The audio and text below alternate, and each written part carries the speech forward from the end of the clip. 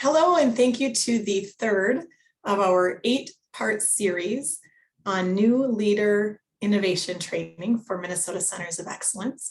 We are now going to look at the staff readiness critical element.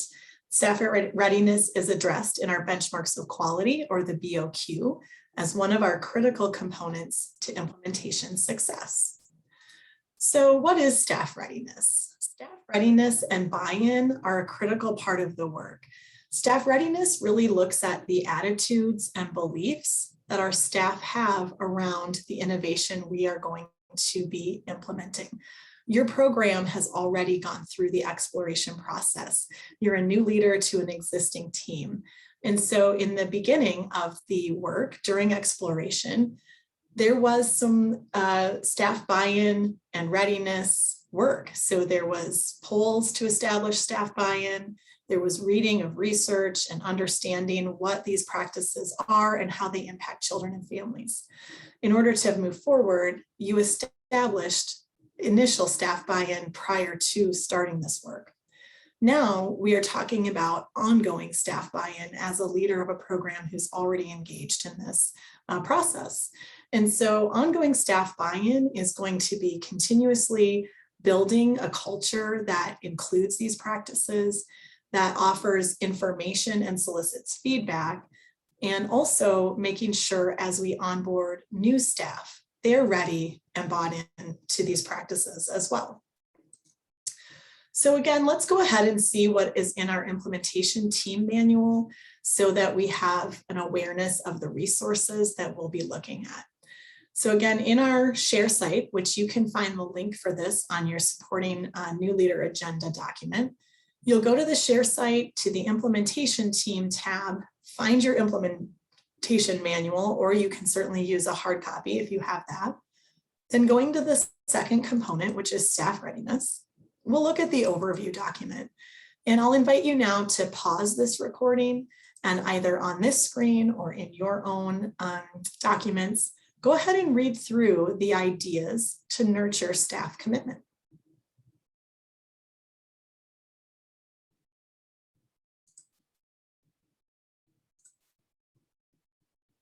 So as we come back together from reading through those ideas, hopefully you had some opportunity to take note of the things you want to know if your program is engaged in. Maybe you have other things that have worked in previous programs, or you have ideas now from reading through those pieces of information. So here we have some ideas from current MNCoE sites for sustaining staff buy-in over time, making sure that in an ongoing, consistent way, we're checking on the buy-in level and celebrating the work as we go. You might have an end of the year coachee breakfast. Investing in coaching is valuable. It leads to better implementation of practice, but it is a commitment. And so celebrating the successes can be really meaningful to both the coaches and the coachees. We have several programs who showcase the highlights that staff are having in the classroom or in their home visiting practice. Might be annually at the end of the year, we have a highlight show. Maybe it's something that's sent out once a month of some sort of success or implementation that's happening. We might even have some pictures or videos posted either on a Padlet site or in your internal Google Drive or in other network drive. One way to, again, encourage that ongoing communication loop is to have a comment box where staff can anonymously drop a note. If you're going to do that, make sure you're including in your implementation team to follow up so that folks know we're reading and listening. And we might not be able to address every concern, but we can at least let folks know we've received the question or the comment. Thinking about embedding some communication into your existing structures, whether that's a staff meeting, your workshop week, an annual beginning of the year kickoff where we are celebrating or sharing resources and videos, and maybe having an annual staff survey where folks can give us some feedback about what's going well and what might be improved. As you think about your role as an administrator when it comes to staff readiness and buy-in, there are a few things, key points for you to consider. So finding a way to make sure all staff are aware of the innovation including those newly hired staff, those folks who might be less than full-time in your program, et cetera. Having a clear understanding of what all staff will have as their personal responsibilities and expectations. So for example, if you're implementing eQuip, what will the training and coaching commitment look like for someone who's part-time, serving birth to 21, in comparison to what that might look like for a full-time birth to 3 provider? How will participation in committees look for someone who's a paraprofessional versus someone who's a licensed staff? And there's no right or wrong answer. There's only the way that works in your program. And so you may want to check with your team and find out what communication has been shared, how is it working, what do these expectations look like for our program?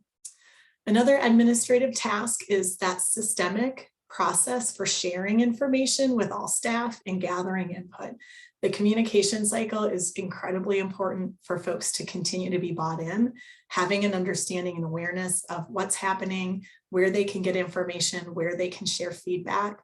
And that's something administrators often play a critical role in supporting, along with supporting those regular celebrations for staff. So here's the time in our recording where you can take time for yourself. We're going to wrap this one up, and you can leave this on as long as you need to, pause and think about your independent application. Think about, what do you know already about your staff's feelings about this innovation? And how do you know? How do you know what the current status for buy-in is? And if you don't know, how could you find out? Think about how you might learn the current system for onboarding new staff. Is there a training plan? Is there a communication plan? Is anything included in the interview process for folks to know we are a pyramid model program, so that they can be thinking about that social emotional development right away, as an example? What's the current process for our implementation team to celebrate, to gather input, to share feedback? And how might you get more information or deepen your understanding about the staff readiness in your program?